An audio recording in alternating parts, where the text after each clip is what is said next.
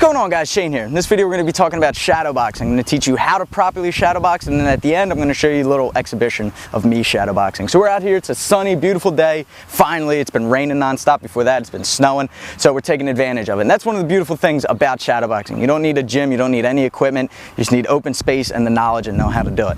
When I ask people to shadow box, when I tell them, you know, as a warm-up you should shadow box, or let me see you shadow box and I'll critique your technique, a lot of the times if they're beginners, they just kind of stand there and they're like, what am I punching at? And they're just kind of confused. It's about visualization. You got to really picture your opponent in front of you, okay, and imagine them throwing punches back. So it's not all about just throwing 1,000 punches straight. It's about visualizing, imagining someone in front of you, and they're throwing punches at you, and you got to slip, and you got to counter, you got to react, you got to move. You're not staying in one spot. So it's about movement in the feet. It's about blocking. It's about defending up top with head movement. It's about maybe defending takedowns, okay, throwing knees, throwing kicks, everything in your arsenal, practicing everything.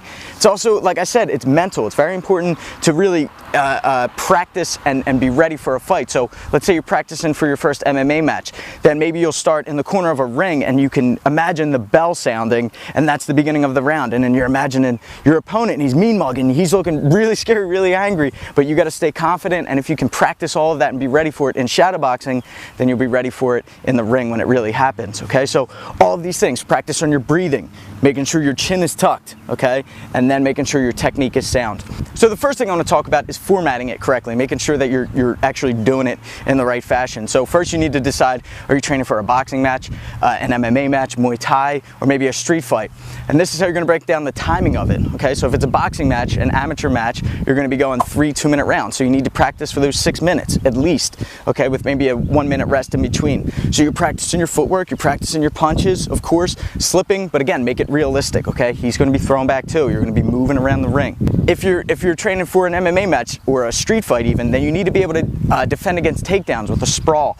You need to be able to shoot in and get your own takedowns, okay? You need to practice elbows, knees, kicks, everything, okay? And everything that your opponent might be doing to you, okay? You can even hold 2 or 3 pound weights in your hands. It's going to help keep your hands up. A lot of people confuse this in thinking that it's going to help you get faster punches, but if the gravity's coming down and you have to push back up, this is working your shoulders primarily, so it's making sure that you're punching directly A to B and coming right back, and not looping your punches or dragging and leaving them low, okay?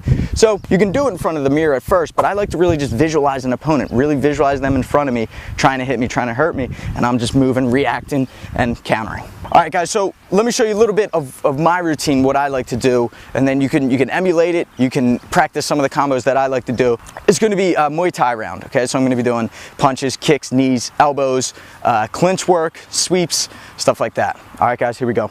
Oh, yeah. All right, so starting off light, of course, just warming the muscles up. There's a jab teak, same side. I like that combo a lot. There's a double uppercut into a cut kick. There's another front push kick. You'll notice I throw those push kicks a lot. I like it, unless the opportunity's there, I'm just going to keep them away, sort of frustrate them. There was a fake right knee into a left knee, followed up with punches. A lot of jabs, love throwing the jab. Finished with a head kick on that punch combo. Right there what I did, I blocked the kick into a Superman punch. Pretty subtle. Cut kick there after the uppercut. Lock into a rear teep, into a head kick. Looking at jab. Right there is one of my favorite combos. Fake the cross high and go low, cross to the body. There's a side kick. Been experimenting with that. Faking the roundhouse kick turn into a side kick, a more traditional taekwondo kick. Just working the jab, feeling them out. Jab cut through the legs. Just working my punches, slipping with a little uppercut, and then pushing away with the teep. Slipped on the grass there. It's one thing you got to be careful of. Moving, jabbing, grabbing the top of the head for a shuffle lead knee. Moving around, working in punches. Again, there's that jab front teep. Now I'm unloading with punches a little bit. Elbows, mixing in the elbows, finishing with a head kick. Another jab, lead elbow into a rear knee, lead knee. Staying with that clinch, pushing out into a kick. Moving, pumping them punches a little bit. Slip into an uppercut, into the clinch, ripping them, swimming. Unloading with their knees, going for the sweep, pushing out and kick. One of the most important things after the clinch, push out, guys, and follow up with a punch or a kick when they're off balance. Oh, right there, went for a wheel kick, a back heel kick. Now I start unloading with punches. Here comes the box, and the boxing's coming out now. finishing with the head kick. Always loved head kicks. Now more recently, in recent years, just boxing has been my thing. So it was just a quick little session there, mean mugging. All right, here's some final words. Cool. Thanks for watching, guys. So with shadowboxing, you can always spice it up too with, plyometric exercises like clap push-ups, jump squats, something to just keep it exciting. Remember, just visualize an opponent and work with them, okay? Be creative. Comment below. Let me know what your favorite exercises to do as a fighter is. And share this video too if you think there's someone who might benefit from it. And remember, if you're still having trouble with shadowboxing, you can come to My Fight Gym's live sparring, which is pretty much simulated sparring, but we show you exactly what you need to do, make it realistic to a real fight. So check that out. The link is below. We'll see you guys there. Until next time, I'm Shane. Fight Tips.